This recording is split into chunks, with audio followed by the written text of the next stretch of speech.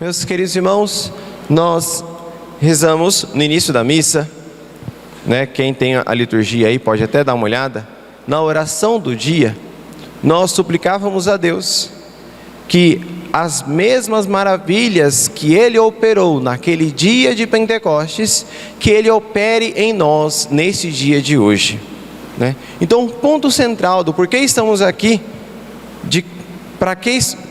para onde se dirigem as nossas súplicas, em outras palavras,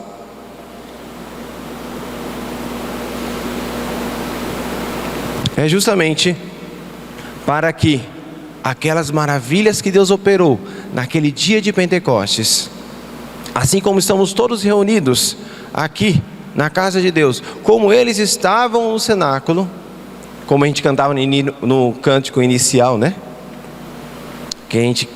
Como é que era o canto mesmo? Quem lembra aí? Ajuda aí. Estaremos aqui reunidos como estavam em Jerusalém, como os apóstolos estavam em Jerusalém. Pois só quando estamos unidos é que o Espírito Santo nos vem. Queremos então pedir essas graças que Deus operou nos apóstolos, que Ele opera em nós nesse dia de hoje. Mas para a gente entender que graças Ele quer operar em nós, porque Deus nunca nos move a pedirmos algo, se antes Ele já não nos quer dar este algo, temos que entender quais foram as graças que Ele operou nos apóstolos, quais foram as obras que Ele operou naqueles apóstolos, para assim nós entendermos de que maneira Deus quer agir em nós, para que as nossas súplicas se unem com aquilo que o próprio Deus já quer dar a nós. Veja, aqui para a gente entender a dinâmica. Quando Deus quer nos dar algo, Ele antes move o nosso coração para que a gente peça esse algo, para que assim então a graça dEle, né, encontre em nosso coração um coração aberto. Deus, quando nos quer dar umas graças específicas, Ele antes move o nosso coração para a gente pedir essas mesmas graças.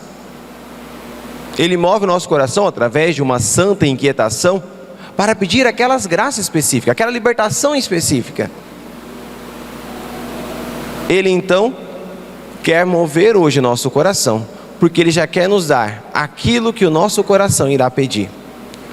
Pois bem, olhando para os apóstolos, nós vemos, aqui vou resumir a homilia, nós vemos 4 grandes obras que Deus realizou na vida deles. Mas para a gente entender isso, é bom a gente enxergar uma coisa que é em relação ao mistério da Santíssima Trindade. Vejam, nós cremos que Deus é um só, em 3 pessoas. Tudo que se realiza, realiza-se em conjunto, essas 3 pessoas. Porém, para nós seres humanos, nós conseguimos enxergar com maior clareza, podemos dizer assim, uma certa apropriação, e assim então dizemos que tal obra é mais visível, nos faz enxergar melhor a missão de Deus Pai, tal obra nos faz enxergar melhor a missão de Deus Filho, tal obra nos faz enxergar melhor a missão do Deus Espírito Santo, embora em cada uma dessas missões estavam os 3 presentes. Consegue entender? Vou aqui explicar com mais clareza, para que não fique dúvidas. Por exemplo, nós dizemos, por exemplo, no nosso creio em Deus Pai, Criador do céu e da terra. Nós dizemos então que o Pai criou. Porém, a obra da criação do Pai não é somente do Pai, é do Filho e do Espírito Santo também. As 3 pessoas da Santíssima Trindade estavam presentes naquela obra da criação. Porém, como o gerar, né, como aquele princípio de criação nos é mais fácil enxergar a missão do Pai, a gente acaba apropriando de uma maneira melhor aquela obra da criação como obra do Pai. Isso não quer dizer que o Filho e o Espírito Santo não participaram, eles participaram. Foi obra dos três, mas enxergamos melhor na missão do Pai naquela obra. Consegue entender? Vamos pegar aqui uma outra obra. A obra da redenção, isto é, da nossa libertação. Nós enxergamos de maneira mais clara essa obra da redenção em Jesus, Deus Filho, pois Ele veio para nos redimir, é mais visível isso. Nós vemos nele todas as ações de Deus para então nos redimir, nos resgatar das trevas onde estávamos. É fácil nós enxergarmos isso. Por exemplo, temos a cruz aqui do lado, que é o grande sinal de nossa redenção. É mais fácil para a gente apropriar, enxergar ali a missão de Deus Filho. Contudo, não era somente a missão de Deus Filho, era a missão das três pessoas. Estava ali também presente o próprio Pai, naquela obra da redenção, e o próprio Espírito Santo, naquela obra da redenção. Quando nós enxergamos assim, nós percebemos mais claramente as ações do Pai e do Espírito Santo em toda a vida de Jesus. No Evangelho de São Lucas, por exemplo, mostra que quem conduz Jesus é o Espírito Santo, ou seja, era uma ação conjunta. E o Jesus o que fazia era somente aquilo que o Pai havia lhe concedido. Ou seja, ele era, ele estava em sintonia com o Pai. E qual que é a obra que nós podemos apropriar e enxergar de maneira melhor a ação do Espírito Santo, Padre? É a obra da nossa santificação. Porque nós vemos Deus que nos cria, Deus que nos tira das trevas e Deus que nos coloca na luz. Conseguem enxergar os três caminhos? Deus que nos cria, Deus que nos tira das trevas, Deus que nos coloca na luz. Contudo, como essa obra é algo interior, que Deus realiza por dentro em nós, e como nós vemos mais visivelmente essa obra sendo realizada através de Pentecostes, nós acabamos apropriando, enxergando melhor a ação do Espírito Santo, a ação de nossa santificação, a obra da santificação, na missão do Espírito Santo. Mas isso não significa que o Pai não está agindo em nosso interior, que Jesus não está agindo no nosso interior. Aqui somente para nós entendermos que quando falamos algo de um, estamos falando dos três também. Pois bem, a primeira obra das quatro que Deus realizou nos apóstolos é a obra da verdade. Jesus é a verdade, como Ele mesmo disse, eu sou o caminho, a verdade e a vida. E ao mesmo tempo, Jesus ele vai e diz: eu vou enviar um Espírito, o Espírito da verdade. O Espírito da verdade. O próprio Senhor vai dizer a eles que quando chegar o momento, o Espírito Santo dará palavras acertadas a eles, Terei tribulações, perseguição, alguns de vocês morrerão, mas não planejar este momento, porque quando chegar a hora, o Espírito Santo colocará palavras tão acertadas em vossa boca. Seja o Espírito da verdade. Através então do Espírito Santo, aqueles apóstolos que antes buscavam tantas coisas, que antes falavam de tantas coisas, seus lábios agora se voltam para uma única direção: o Espírito da verdade. É através desse Espírito da verdade que o testemunho, que a vida deles se torna um real exemplo da vida de Jesus. quando nós lemos o Atos dos Apóstolos, nós percebemos que aquelas mesmas obras que Jesus fez, os apóstolos estão fazendo. Jesus curou um paralítico, nós vemos apóstolos curando um paralítico. Jesus fez uma pessoa voltar à vida, nós vemos os apóstolos fazendo uma pessoa voltar à vida, né? Para quem não sabe, tem lá uma vez que São Paulo estava pregando, e aí então a pessoa estava na sacada no segundo andar, a pregação era no segundo andar, a homilia estava longa, a pessoa dormiu, né? Estava escorada na janela, dormiu, caiu, morreu, né? Vou resumir aqui a história. Todo mundo desesperado, São Paulo foi lá, rezou, voltou, continuaram a homilia lá. Aquelas mesmas obras de Cristo são realizadas na vida deles. Os apóstolos que antes estavam dispersos, agora se unem numa só voz, a voz da verdade. Cristo que havia, ele que antes dizia, em verdade vos digo, e as coisas que eles diziam era reflexo daquilo que estava no céu.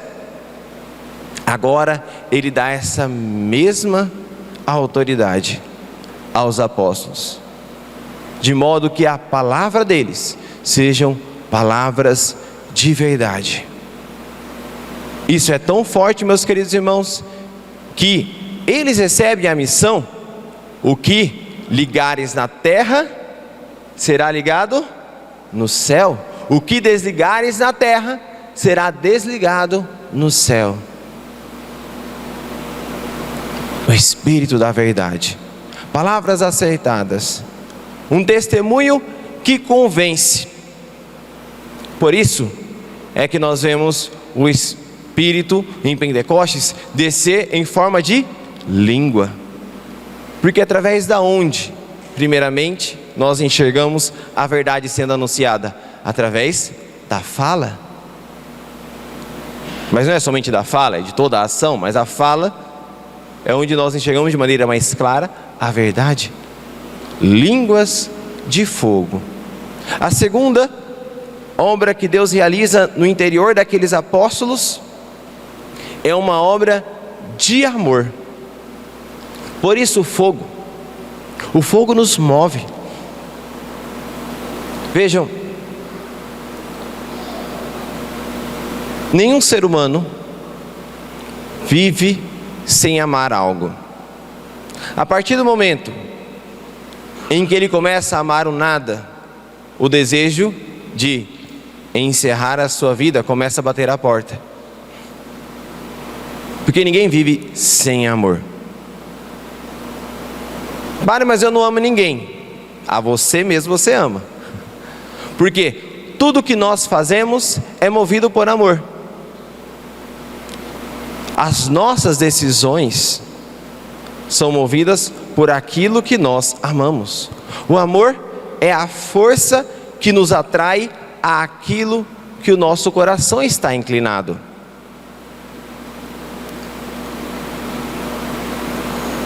O Espírito Santo vem ao coração daqueles apóstolos como línguas de fogo. Por que línguas de fogo? Por que fogo? Porque o fogo é aquilo que caracteriza o amor. Aquece o coração frio daqueles apóstolos que antes estavam voltados a tantas outras coisas, que antes se inclinavam a tantas outras realidades, para agora amar unicamente a Deus. Somente através daquele Espírito Santo eles poderiam cumprir aqueles mandamentos: amar o Senhor teu Deus de todo o teu coração, de toda a tua alma e com todo o teu entendimento, com uma totalidade. Se não é a graça de Deus agindo em nós, como a gente bem diz aqui, né? Veja,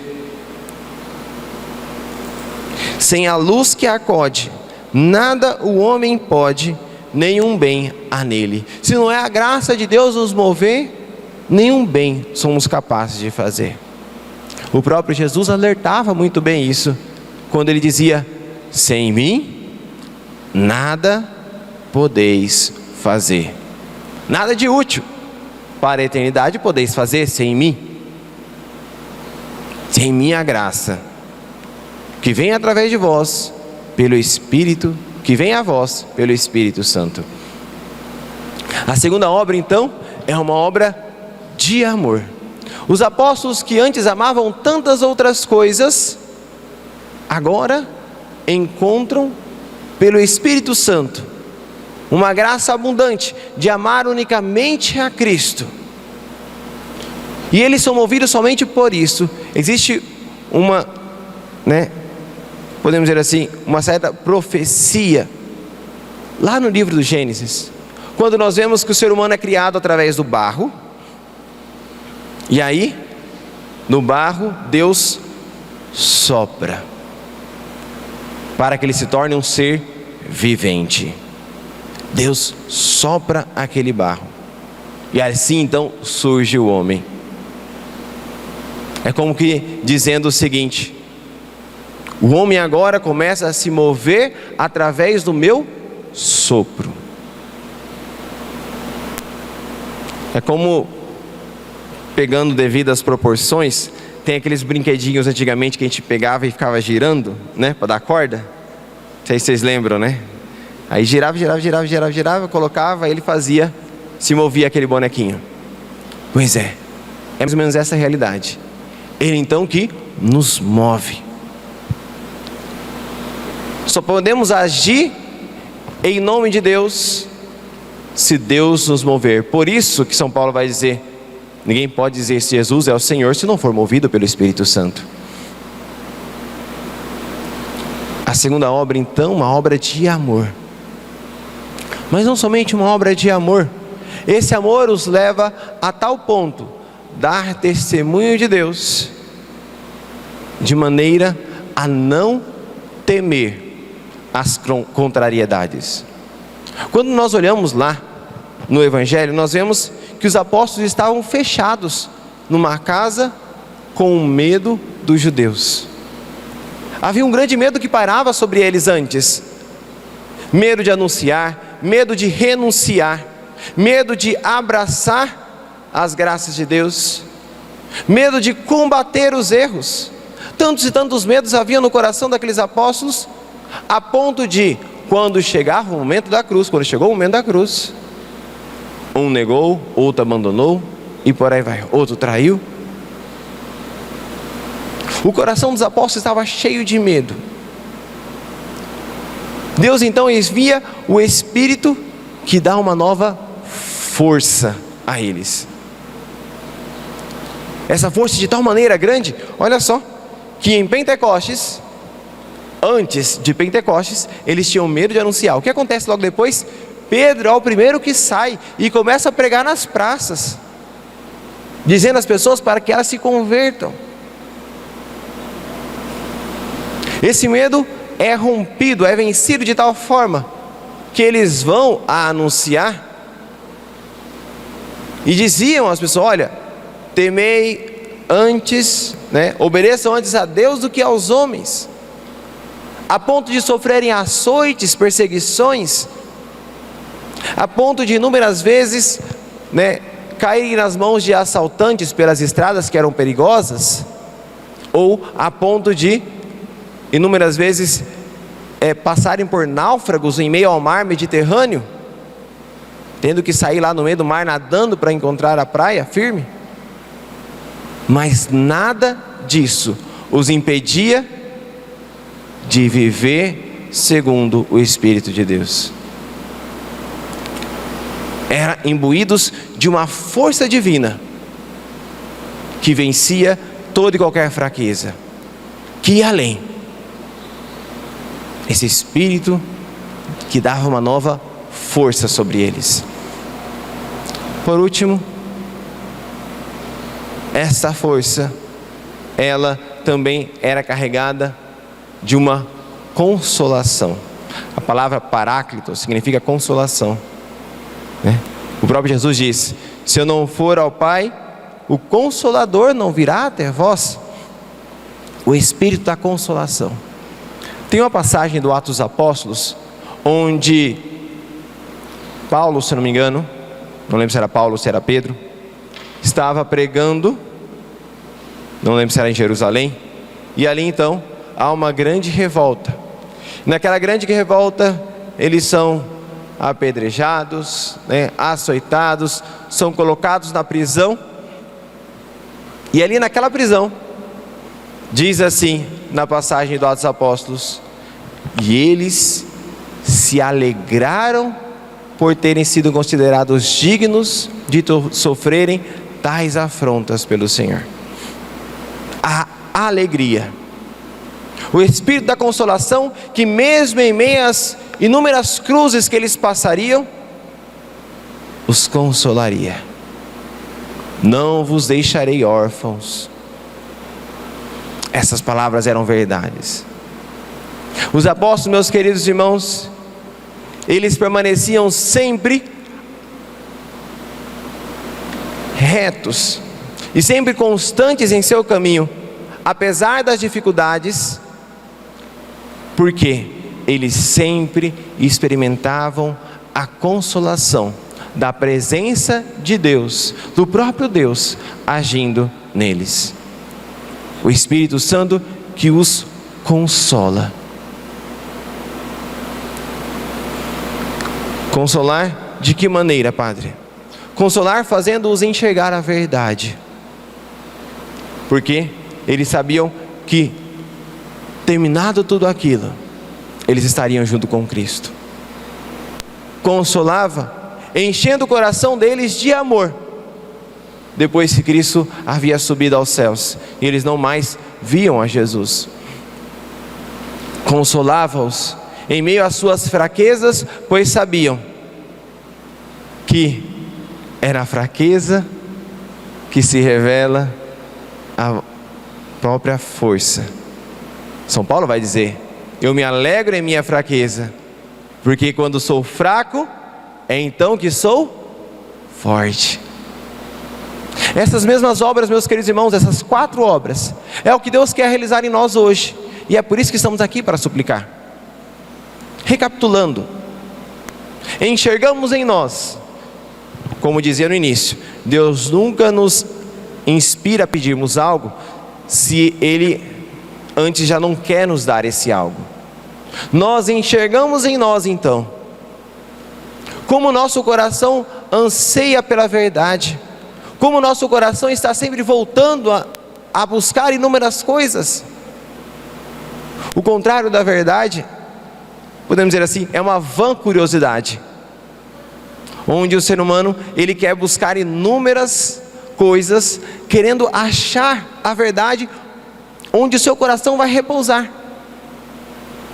É só nós olharmos os nossos jovens, quanto tempo passa na frente das redes sociais? O que estão buscando? A verdade. Nós sabemos, o próprio Senhor, Ele quer nos dar hoje essa verdade, para que a gente não mais viva como barata tonta, mas permaneçamos íntegros no caminho de Deus.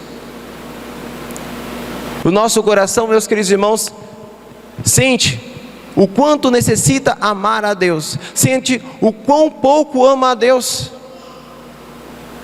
É só nós fazermos um simples exame de consciência que nós perceberemos quão ingrato nós somos para com Deus, em vista daquilo que Ele nos fez. A gente suplica então no dia de hoje, que o Senhor nos dê um novo amor, Ele que faz nova todas as coisas. Enviareis o vosso Espírito, e enviai o vosso Espírito, Senhor, e da terra toda a face renovai. O Senhor que renove então, renove o nosso amor, para que a gente não volte mais os nossos corações a tantas outras coisas, para que sejamos movidos por aquilo que agrada a Deus. Nós, meus queridos irmãos, por inúmeras vezes sentimos essa fraqueza em nós, seja o desânimo em continuar no caminho do Senhor, seja a fraqueza diante de inúmeros pecados e vícios que temos e que sabemos que devemos nos libertar. O Senhor então vem para nos dar força para vencermos essas barreiras. Sozinho não conseguiremos, mas com Ele tudo posso naquele que me fortalece. O Senhor, meus queridos irmãos, quer consolar o nosso coração, porque Ele sabe o quanto o nosso coração precisa ser consolado, e o quanto buscamos consolações nas coisas do mundo, através das inúmeras cruzes que nós passamos. O nosso desejo é querer consolar nas coisas deste mundo, e é assim que o demônio nos atenta. O demônio, ele não vem a nós quando está tudo bem. O demônio vem a nós quando nos vem as cruzes, e a gente, quando não compreende as cruzes e corremos atrás de consolações, ele nos diz: aqui está. E o demônio nos apresenta essa falsa consolação, que ele cobra um preço. Deixa essa cruz de lado. Está aqui uma consolação sem cruz. E assim então muitos de nós somos enganados, porque o nosso coração quer ser consolado, e o Senhor, Ele quer nos dar uma verdadeira consolação.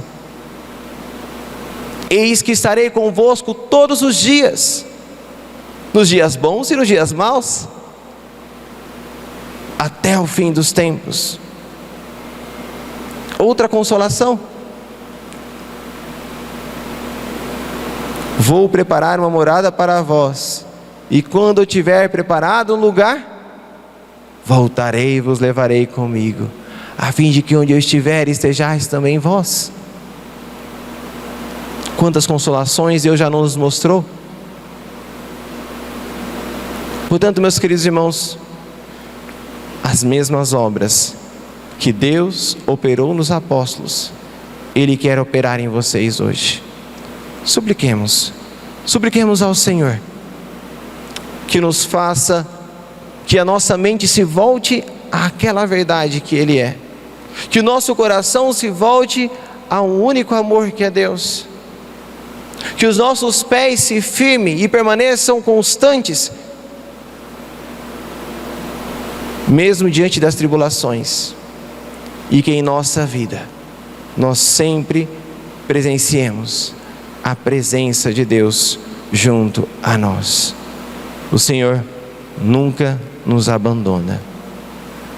Para onde irei, para onde fugirei, né? Se estás no alto da montanha, no fundo do mar, né? Se estou no alto da montanha, no fundo do mar, ali me encontrarás. O Senhor está sempre perto de nós. Deixemos que essas maravilhas da renovação do coração dos apóstolos, ocorridas em um Pentecoste, aconteçam também em nós. Éramos como os apóstolos antes de Pentecostes, queremos ser como eles através da missa de hoje, depois de Pentecostes. Seja louvado nosso Senhor Jesus Cristo.